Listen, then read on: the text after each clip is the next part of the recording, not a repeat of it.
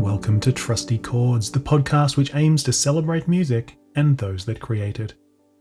For the past few years now, I've been watching Newcastle outfit Dust rise through the ranks, ticking achievements off their bucket lists as if it's no big deal. I've eagerly watched them since I wrote their very first piece of press back in 2021, premiering their first single and manifesting good things for them. Since then, it's been stunning to see them continuously drop stellar pieces of incendiary post-punk, deliver amazing live shows, and even find themselves supporting names like Interpol, Bloc Party, and more. Needless to say, it's always great to see a band such as Dust reaching huge heights and continuing to represent Australian music on the global stage. This month, the group unleashed their long-awaited debut album, Sky is Falling. If you've not listened to it yet, you're undoubtedly in for a treat, with Dust showing themselves as one of the most exciting groups in Australia today. This week, I was lucky enough to speak to vocalists and guitarists Gabriel Stove and Justin Teale from Dust about their rise to fame and the release of their amazing debut album. Anyway, have a listen to Dust's Sky is Falling, buy a ticket to the upcoming tour, have a listen to our chat, and I'll see you at the end of the episode for some general housekeeping.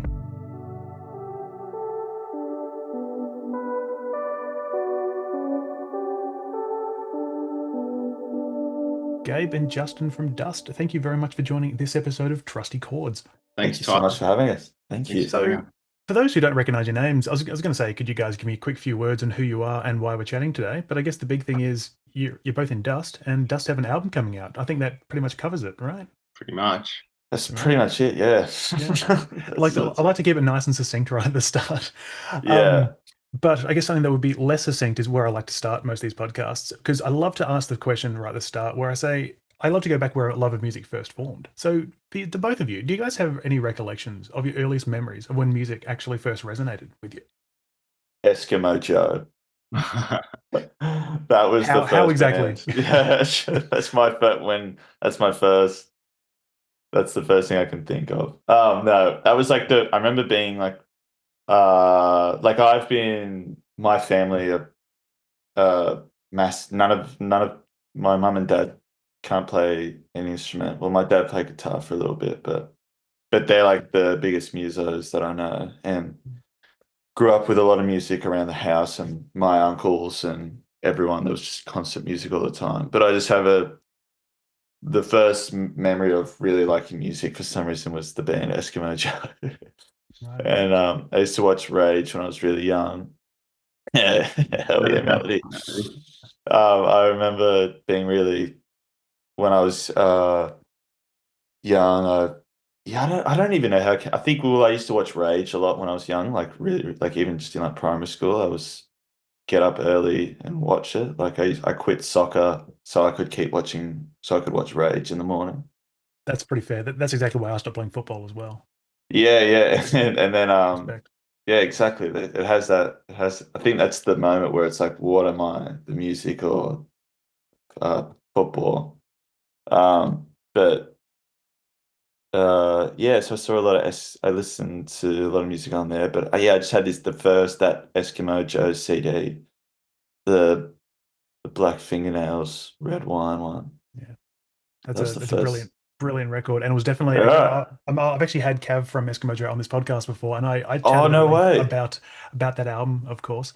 It's a brilliant record. But I guess I should also ask Gabe. But what about yourself? You know, we're obviously talking about Eskimo Joe and Justin's front. But I was gonna say like Dad used to listen to a lot of like Deep Purple and kind of Led Zeppelin and stuff like a lot when I was growing up, which is kind of like what the echo chamber was for a really long time, because I think he very much like kind of filtered like the music taste that I have, like, and I think it took me a little while to sort of start like branching out from a lot of that kind of like rock and roll music that was going on in the house. But yeah, just like heaps of Deep Purple, Led Zeppelin. And then I think when I was sort of about maybe 13 or 14, I think the first live gig I went to was to see Muse at like All Phones Arena. So it was like very much into sort of like that stadium rock, which was what I was kind of like exposed to a lot. It's pretty epic. It's so epic. It's for a young child. It's pretty amazing. Sorry, for all ages, it's great if you're into it. But yeah, I mean, it slowly got like more wanky the older I got. I'm glad somebody said it, and I'm glad it wasn't me. Yeah. And I say that as someone who used to love Muse as well. I mean, look, Muse are probably, and no offense, no diss to you, Gabe, but they're probably my least favorite band of all time. You're But a lot of people's least favorite band as well. but I, respect. Right. I Yeah. don't judge. Got to respect the upright. So we obviously have these very disparate music tastes. We've got Eskimo Joe on one end of the spectrum. We've got Muse on the other end. So how do we go from having these loves of music to then playing music and then forming a band such as Dust? Yeah. I remember one of the first conversations that me and Justin had very early on when we kind of first met was like I kind of got really into Fugazi maybe like 15 or 16 or maybe a bit later on. I remember like having a conversation with Justin. We had sort of like, what Fugazi record should I like listen to? I think it was like Repeater or something like that. Of course. And then I think from then on, I think I was sort of exposed to a lot more that like Justin was into. Like I think he was sort of a big fan of like King Cruel at the time. And I remember sort of like finding out about that through him. And I think since then just sort of have like bounced off each other with like new music and new discoveries, etc. Stuff like that. So I've actually been very keen to talk to you guys for some time, and the reason is that back in February 2021, I actually wrote the very first article about Dust. You guys That's hadn't right. actually even played a show at this point, and you were debuting the single. I don't even know if I should say it because it doesn't exist anymore. The song called "Stare." It's all right. Yeah. So it's been erased from the the airwaves and everything. Yeah. But I remember at the time I called you guys a soon-to-be iconic band, and I'm very glad that you've proven me right because it makes a little bit of journalistic integrity on my end. But I'm not here to take credit for your success. I'm here to actually ask you, when you had those early days, you guys really sort of seemed to hit the ground running. But at what point, did things sort of start to become clear that it was sort of taking off a little bit for you guys? Because I seem to remember almost as soon as you guys were releasing music, people seemed to be listening to you. Was that the case, or am I missing so many links in the chain? Well, first, Tyler, thank you for helping us crawl. You've got help. Thank you very much for that. But That's what I'm here to do, to make you guys into future stars. And if this podcast can help, further that, then we are doing good work today. Man, absolutely. Yeah. I'm not like, I guess you probably have an idea like if things are going pretty well but like, but we still we never really knew or expected anything. We just really wanted to,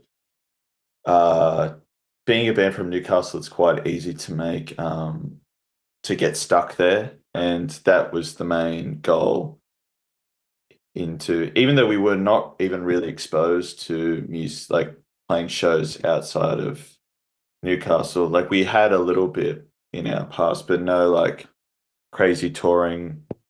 We just knew that was something we wanted to achieve, was not getting stuck in Nui as much as we love it. But so yeah, and then I think just from playing around, like sticking to that and then trying to play and getting gigs as much as we could around out of Newcastle helped. It's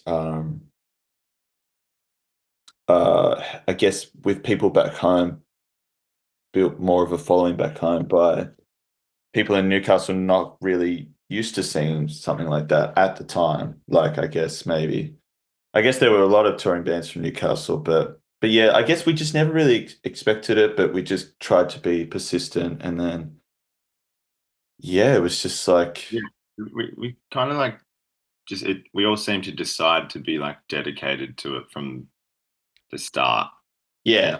And we know of a lot of like bands that just sort of change members all the time and sort of like are in and out of different projects and stuff. And I think like for some reason, I don't know, we just decided that this was the one that we were going to stick to. And I think just that kind of like just subliminal like attitude to it kind of just helped it sort of keep going, because I think absolutely we're in a lot of bands, or not even a lot, like a couple of bands before we started Dust. And I think maybe if the whole point is to like become a big band or like you just get as far as you get, then we were sort of like, well, we can't be playing like the same venue like every weekend to like maybe like 20 people or something like that. I think the attitude around it has changed a bit. Like obviously it's not about just like getting big and like, you know, trying to be super successful or whatever, but I think just sort of wanting to be exposed elsewhere, sort of outside of Newcastle, is like pretty became important from the start, I guess. That sort of vibe. And just before, Justin, like you were sort of mentioning how like you're trying to make a bit of a sound that you guys aren't sort of like folks in Newcastle aren't particularly hearing, and I think that's something that's really stuck out to me about the music that Dust make is that you guys do have a very intriguing sound, and it's the sort of thing where like I've tried explaining to people in the past. I'm like, oh, they're a bit rocky, they're a bit very hard to sort of like I guess pigeonhole. But like, do you guys have a bit of an elevator pitch that you've really sort of like worked on?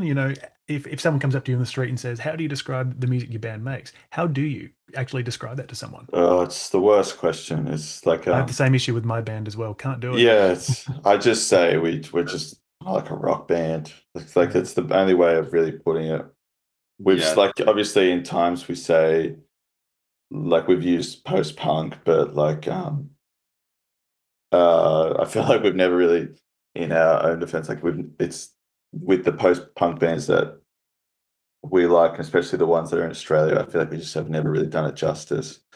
And also, I guess we were just doing something that wasn't later we kind of realized wasn't really just post punk, I guess, and being more exposed to other music like that.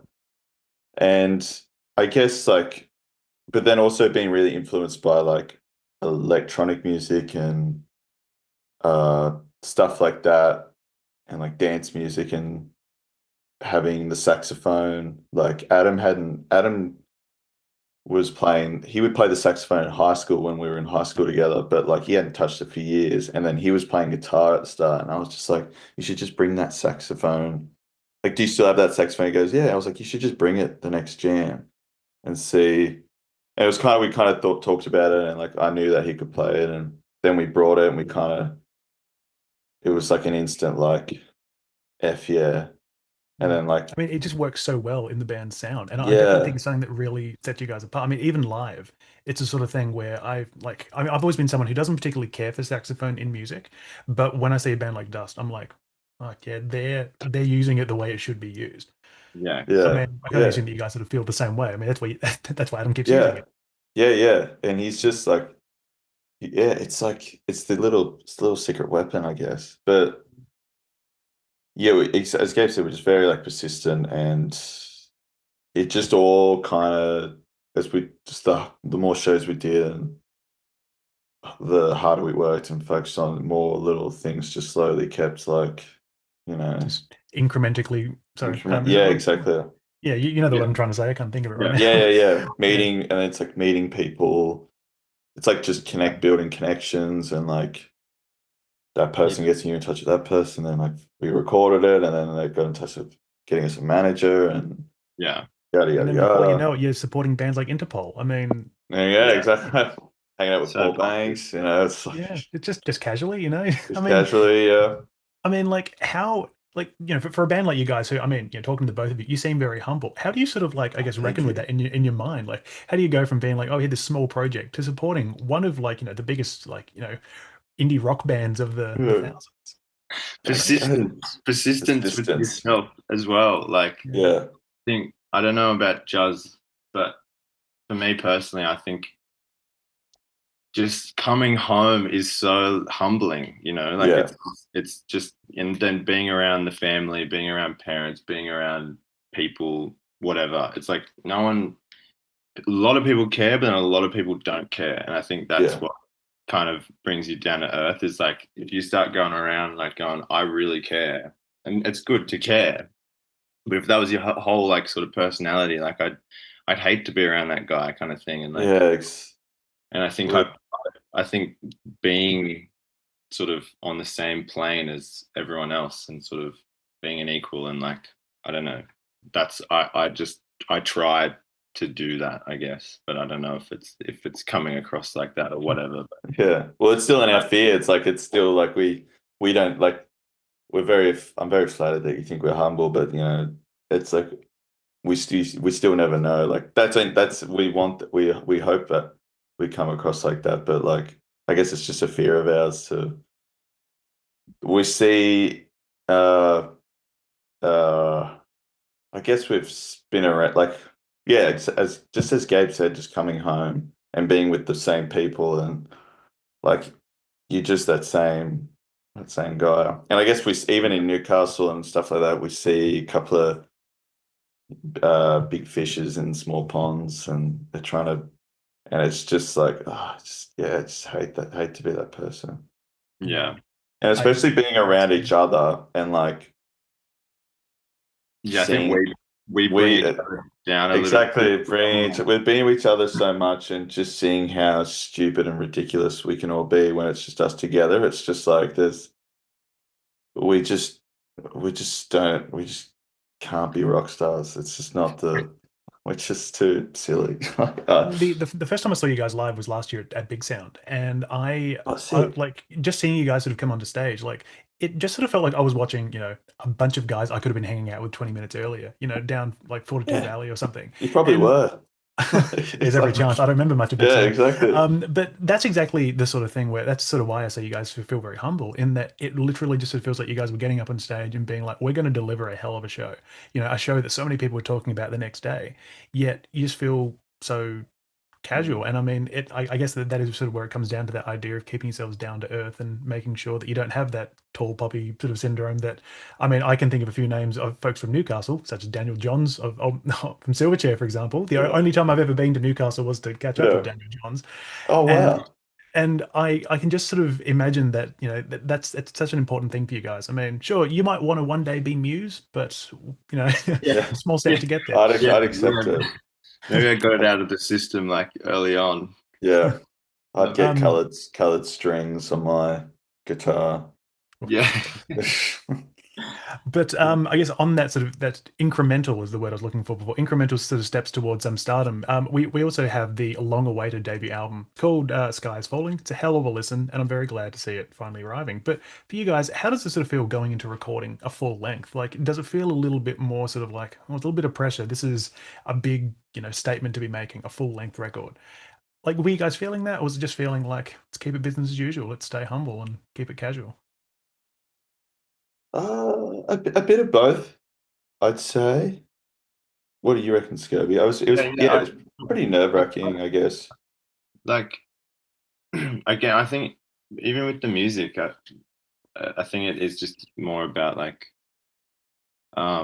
getting better or playing better or wanting to try different things. And I think doing the album was just another opportunity to sort of like progress in that sort of sense, I guess, like just kind of working on the craft of things, I suppose. Like I think compared to the EP, I think that was a very like innocent sort of representation of where like the band was at that time. Like they were kind of songs that we'd put together in a pretty like short period of time.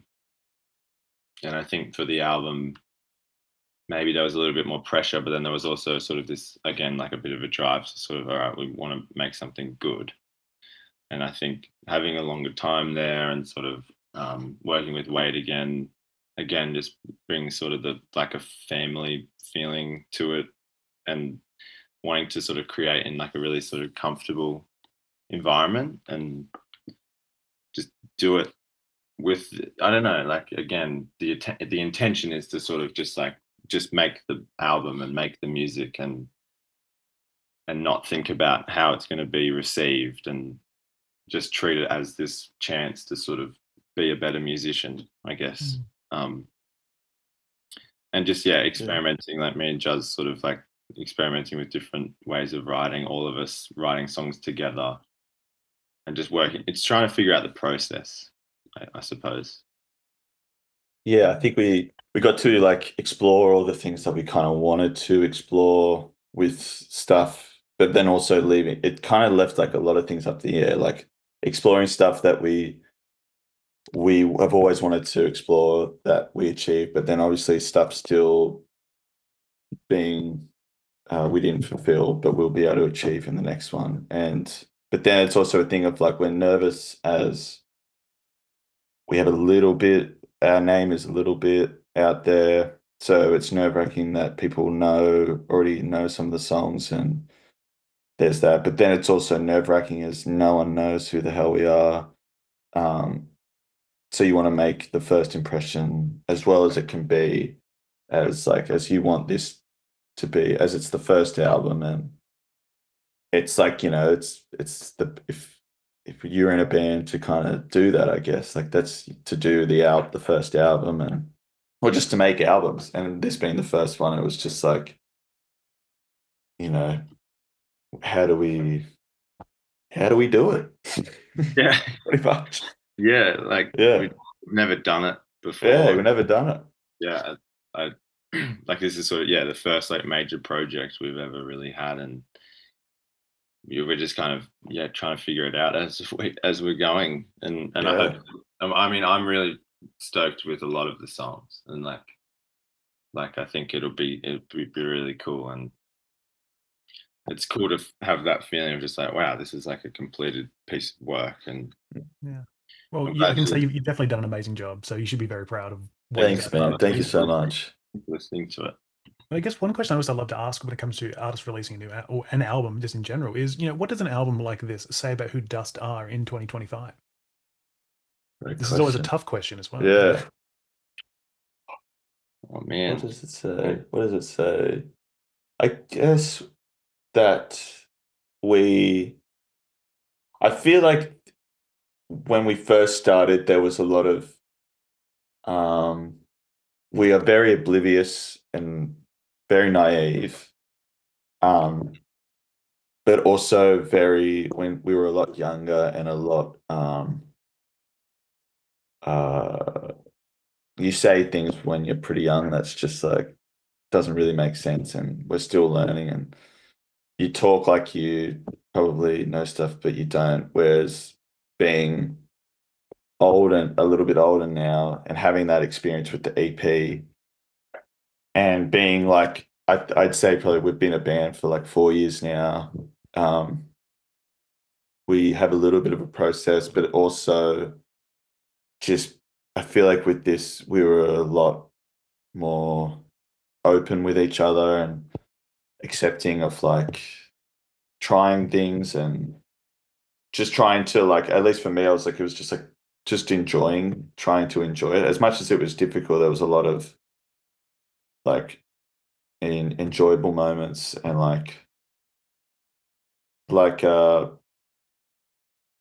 but also like taking it seriously but not taking ourselves too seriously maybe.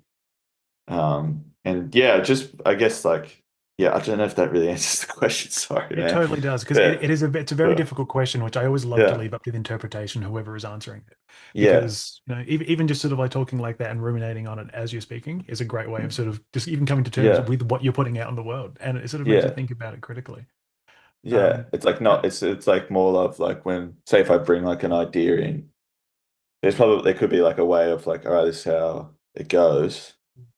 But then if someone's like, like say if it's and then they play it, but they don't play exactly what I've shown them. They go, "Is this it?" I'll just be like, "Yeah, sure." They're like, "No, but can you tell me like what it is?" And I guess just like from doing that, it's just like leaving it, like I'm just, at least for me, it's like you like trying to make it more like open and collaborative, and I guess that kind of at least for me that shows out on the album, trying to like really feel like a band, and yeah, let them How about cook. yourself? Oh, sorry. yeah, let everyone cook. Let everyone cook. Yeah, I was going to say, how about yourself, Gabe? Do you agree with that, or do you have a completely different take about what this album says No, about who for does sure. stuff in 2025? Yeah, no, I think definitely agree with Justin. I think big thing would be just like, I just think same sort of what I was saying before, just about like if you don't, not taking it too seriously, I feel like just allows us to be able to feel comfortable to create together. yeah. That's okay, pretty much said it a lot better than what I was trying to say, but that's pretty much it. No, No. Collaboration. No. And like that would be, it's, I don't know, that's 2025. I reckon like that, you know, Yeah. and I think, and I agree with Justin, just sort of like the next sort of things that we do after this album's out. Like, I definitely want to spend more time, like definitely taking it all in, because I think we've had a lot of this year has been very like we've been playing intermittently and sort of like waiting for the next things to sort of happen. And I think now the album's like about to come out and we're really like hyped up for it. And we're going to be playing heaps of shows after it. So I think having that time where nothing was happening, and I think we sort of explore that a little bit on the album, like that sort of, you know, the whole concept, like buzzwords about like liminal space and sort of just the periods in between something finishing, something starting, blah, blah, blah. Like that is sort of, you know, what, I don't know, Kai was sort of getting at a lot with like skies falling and sort of like this sort of impending doom of like what is going to happen next and not feeling like you have any control like over it. And so I guess like 2025 for me would just be like about appreciating things as they come. Because yeah, we've just had some interesting chats with people like in the past like couple of years. Like I remember when we spoke to like Matt O'Kine at Big Sound, and he was saying like, Oh yeah. because like every band on Triple J that was played like 10 years ago doesn't get played anymore, or like they're not a band anymore. So it's like just having that thought of like be obviously like super hopeful, but then also really take it in. And I don't know how to actually do that, but I want to do that. I want to take it in. Yeah. 2025. Be present and sort of enjoy the moment as it comes. For sure. Amazing. Well, I guess before I get into the final section of this, we're speaking 2025 debut album's finally here, but I do want to actually briefly go back to 2021 for a second, because back when I spoke to you guys for that little premiere years ago, I asked you guys about what is your dream concert rider and everything, and where do you see yourself in 10 years? So it's been almost 5 years. So my question for you here: have you achieved the goal of having cheese platters and beers backstage, and how close are we to collaborating with Nick Cave and the Sydney Symphony Orchestra? We still don't have a rider. We still don't really request. Oh, maybe we might request some beers. But wait, no, I know what you're. Remember that? You remember that? I only just came to me then. Oh, nice. That was the first Q&A we did, and I think we were like playing with Nick Cave and the Sydney Symphony Orchestra. It was like the gig. It was also the very same Q&A. Oh my god! Very same Q&A where you guys described yourself as semi-professional Minecrafters as well. So. Oh yeah, man, there was a lot of Minecraft going on back then. I guess I'm not that good, but I used to play with. Everyone went through little phases. Kai's really good. Adam's really, really good. Liam went super hard in one period of Minecrafting, I remember. But we went in COVID times, we used to like get on the server, hide and seek. So good. Living the dream. And now just look at you releasing dream. Debut albums and everything. Oh, it's But look, it's all about Minecraft. I should get down to this final section. So, trusty chords. It sees me follow the 1, 3, and 5 structure, standard chord. So, I ask you about one artist that's been impactful, 3 albums that have been influential, and 5 songs you can always turn to. Albums and songs don't need to be by your one artist, and you can have honorable mentions if need be. So, very wordy explanation, but I guess in the interest of time, let's kick off with Gabe. Let's ask you first. Who is the one artist that's inspired you the most, whether it be personally or creatively? Oh my god. That's a really cool segment. How it's the trusted chords and a 1, 3, 5. That's really cool. It's I'm gonna say it's definitely a conversation starter. I'm gonna say like artist wise, just has to be Ian, and I feel like Ian Mackay from Fugazi, just because I think that whole mentality of that band, like obviously we haven't really like done, as Justin has said, like the whole post-punk thing, like DIY mentality and like super straight edge sort of thing. But I think just him as an artist and sort of that attitude, I think has definitely stuck with me in terms of performing and just like wanting it to sort of be a space where everyone can just sort of like watch and enjoy and do it for cheap. And I think, that mentality and just sort of like making things sort of not, expensive. And it's a very good ethos to have. Yeah, just sort of the emphasis being on performing and and sort of not really anything else. I'll go. Are we going to go one for one? Oh, we can go one for one. So Justin, how about yourself? So What's I'm the just one looking. artist I'm for you? pondering out the window while thinking. That's fine. Just been thinking about Minecraft. Yeah. I would. It like I guess it changes so much, but I feel like an artist that I guess with oh man, let me go. I'll just say, holy fuck. I'm trying to think of like not I'm trying to think. I'm trying to dig deep in my.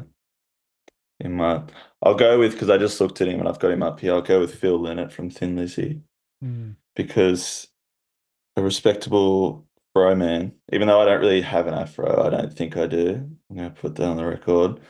But he has a true afro. But I just they just I'm just such like by just being such a fan and growing up. I remember just being young and just hearing him and just really instantly like loving that straight away and like just like really falling in love with Thin Lizzy and Phil Lynott and stuff like that. And all these other music after that is amazing. And I feel like just how perfectly rated they are is just the best. And like in their music, it's like it rocks, but there's just like so much like if you really listen, there's like so much like beauty and like in their harmonies and like all that stuff. That's probably one I can think of now. This I could think of like there's honestly heaps. I could say like Aphex Twin or Kevin Shields and shit, but I'll save that. I'll leave. I was knowing that I saw Phil, then I'll save it for that. But yeah, I mean, even the also rans are some amazing mentions there. I haven't heard Apex Twin mentioned much on this podcast yet, and that's a damn shame. well, I'll save him for my three. I'll bring him for my three. Well, before we get to that, Gabe, Yeah. what are your three? What are the three albums that you can always that have been most influential for yourself? Influential. Okay, I don't know. That's hard. But first that comes to mind, I would say, Place Without a Postcard, Midnight Oil. That was a big band sort of growing up as well. Influential, sort of same thing. Obviously, like my mentality and how I imagine the band is like sort of it's very different. We all kind of imagine it in very different ways, but I've always thought and aligned Dust with like Midnight Oil, kind of a whole like sort of Australiana and just being a very sort of eclectic, like important, like historical sort of band. Like I've always kind of like idolized how like Midnight Oil have done that, and obviously like Peter Garrett and the way he speaks, and very important. And then I'm probably going maybe just for the record, like for Skies Falling, there was Flux by Love Spirals Downwards. That's one that sort of influenced like a lot of the guitar playing like on the record. Like there's some really interesting guitar parts in that, sort of like more like how do you like electronic inspired, but sort of got this like Asian style sort of guitar playing involved in it.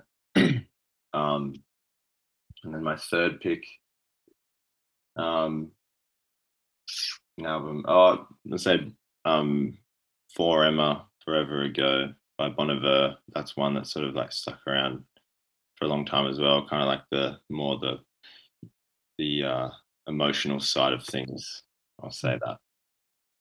Amazing choices there. And what about yourself, Justin? What are your three? You sort of teased it with Aphex Twin before, so I'm keen to see what you might be picking here. Yeah.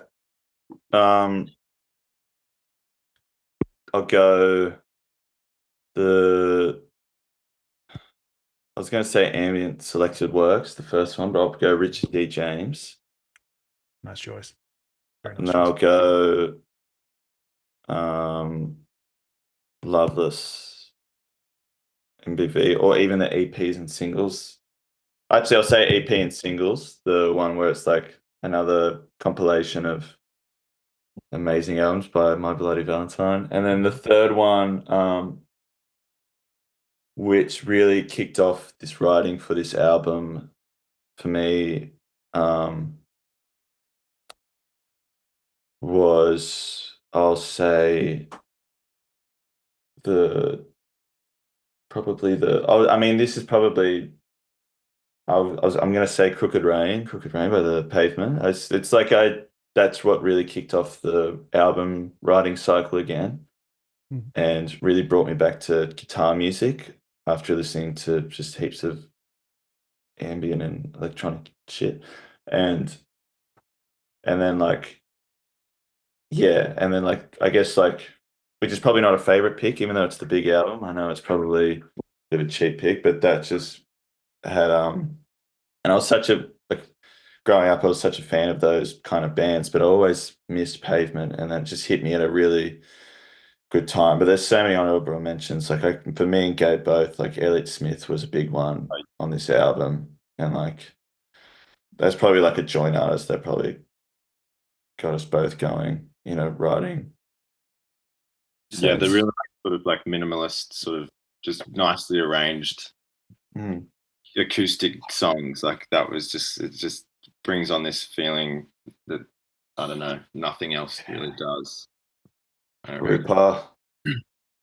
Some very amazing choices though. Yeah, really put some group. good ones. I got to put.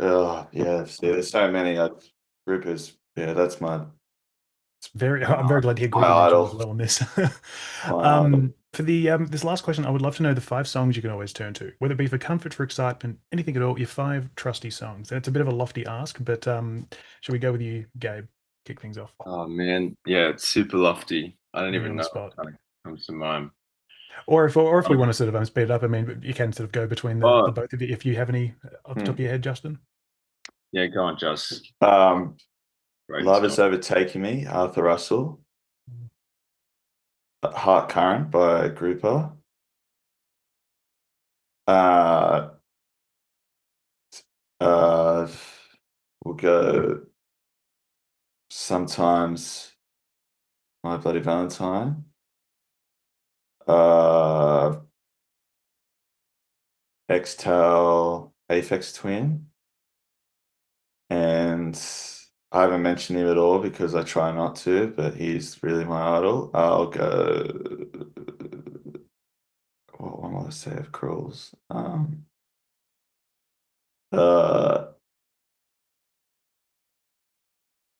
Cellular, King Cruel. Very nice choices as well. I'm just stoked to hear Aphex Twin mentioned on here at long last. Thank you. I try. King Cruel is a big one, but I try to venture out. It's completely fair. Yeah. And I'm trying to look through like old playlists and like just get a few like thoughts triggered, but I think I'm not really finding anything. So I'm just gonna say a couple from the records that I've mentioned. Maybe it's actually not on Place Without a Postcard, but When the Generals Talk by Midnight Oil. Epic song. And then I'm gonna say Rosanna by Toto. That's one that's stuck around for a really long time. I hated that song for so long, and then Gabe won me over. He played it so much that I just ended up loving it. Yeah. I'm gonna say Greed by Fugazi. That's got this like crazy sort of like they kind of do this thing where they go around like they all have a moment. Cool, like experimental song. But yeah, I don't know. I'll say just like Skinny Love by Bon Iver. Shittest one to pick, but I can't think. It's a really gorgeous song. Like like you can't go past it, really. You can't go past it. You can't. Melody, lol. Actually, no. Restacked. That's the one. That's the much more respectable one. Yeah. Blanking. I go for the Birdie side of things with Skinny Love. Yeah. Birdie, that's a corker of an. Birdie wins my over. That's my 5th one. Birdie, Skinny Love. Yeah. Yes. You know what? That's a pretty good way to finish it up, actually.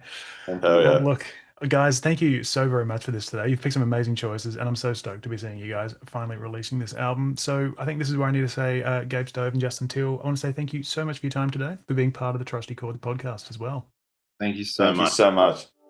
Thank you, man. Thank you for listening to Trusty Chords. If you listened to this episode and enjoyed it, I'd really appreciate it if you were able to take a few moments to like, follow, share, and review this podcast on your preferred platform of choice. As always, no obligation, but I'm forever grateful if you do. I'm also over on Instagram and Facebook at Trusty Chords Podcast, all one word, and I've got the blog on my website, which is tylerjenke.com, that's tylerjenke/Trusty Chords Podcast, all one word.